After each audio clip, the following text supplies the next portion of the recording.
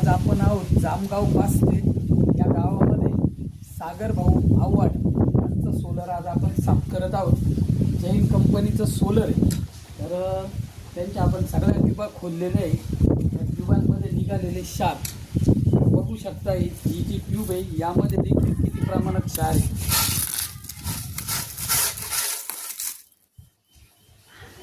या प्रमाणात जर आपल्या सोलरमध्ये क्षार असतील तर निश्चितच पावसाळ्यामध्ये आणि हिवाळ्यामध्ये पाणी तापत नाही, तर त्यासाठी आपलं सोलर साफची गरज असते।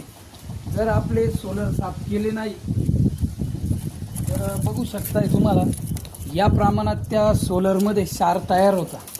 तर याच्यामध्ये कोणताही बदल नाही आहे, सोलरमध्ये निघालेले क्षार आहे। बघू शकताय आपण एक नंबरला जी ट्यूब काढली, शेवटची जी आपण ट्यूब काढली त्या ट्यूबमध्ये या प्रमाणात क्षार निघाले आणि ह्या ज्या पहिल्या ट्यूबा होत्या यामध्ये क्षार निघालेले।